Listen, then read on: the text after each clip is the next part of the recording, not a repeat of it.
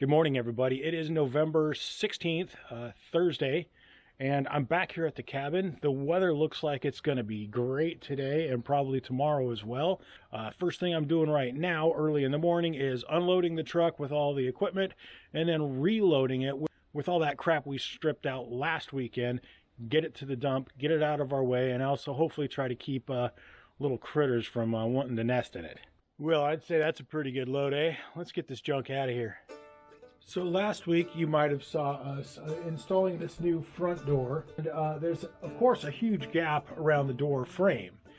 Now some people might be tempted to use that like spray expanding foam stuff. 100% don't. What will happen, we'll expand inside of these cracks and then push the frames and warp them and make them all uneven. And then the door won't close properly, and that also goes for windows. So what you should use is this kind of stuff right here. Tuck it in the frame, and then once it's tucked in there, you can caulk around it for some water and airtight seal.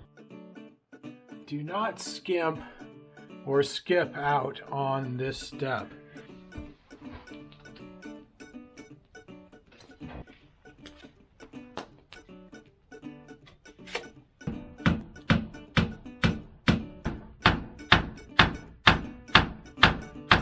Okay, so once again, I've spent about 3 hours messing with this cell booster thing. I've got the antenna mounted as high as I can get it. This one is a totally different model. Hopefully it'll work better. I know how important it is for us to be able to have a cell signal here and reliable data so Monique can work from here, but this thing has been a thorn in my side so far, nonstop. Good morning, everybody.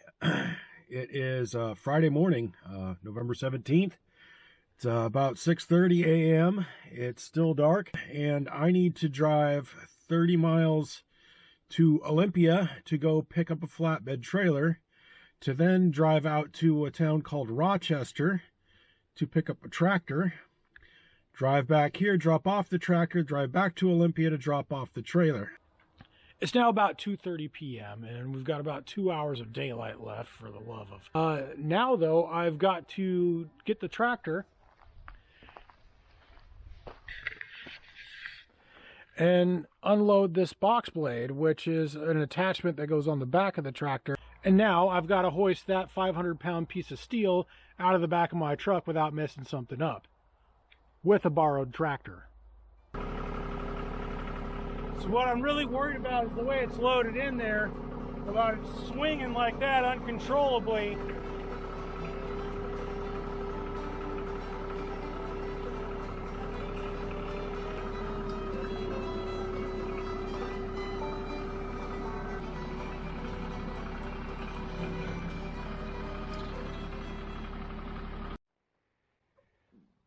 So we borrowed this trailer from friends of ours who were nice enough to let us use this for about a month. And we just ordered 15 tons of gravel to be delivered later this week. And we are not sure that that's going to be enough.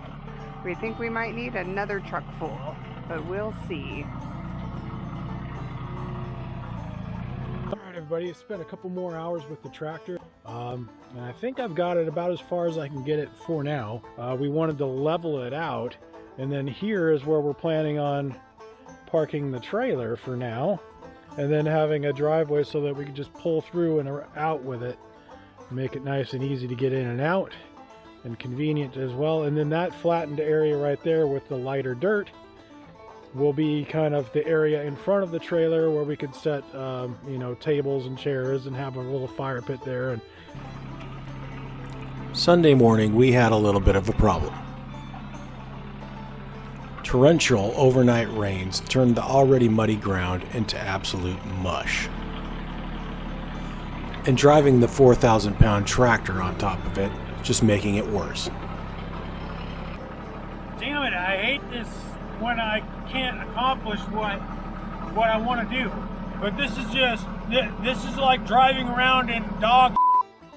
Alright, we are going to try to pull this stump down with the truck. I hear it. Yep. She wants to go. Oh yeah, there it goes.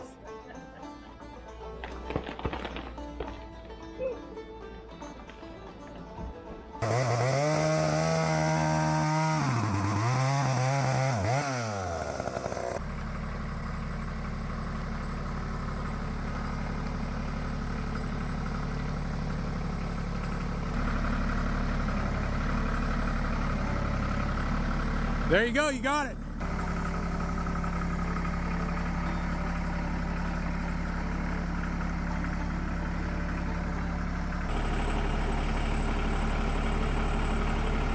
Perfect. Not too shabby. I think we could fill that in and make it nice and flat. Good morning, everybody. It is Monday morning, and guess what? We're still at the cabin, and although the system is kind of temped in for now, we have the cell booster antenna up. We ran a big long wire over to the trailer, and so far Monique's been able to do her work from here, which is huge. Saturday night we hung out with some friends.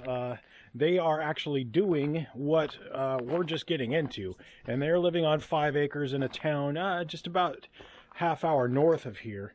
They were a wealth of knowledge. They have all kinds of cool equipment, and they're great people.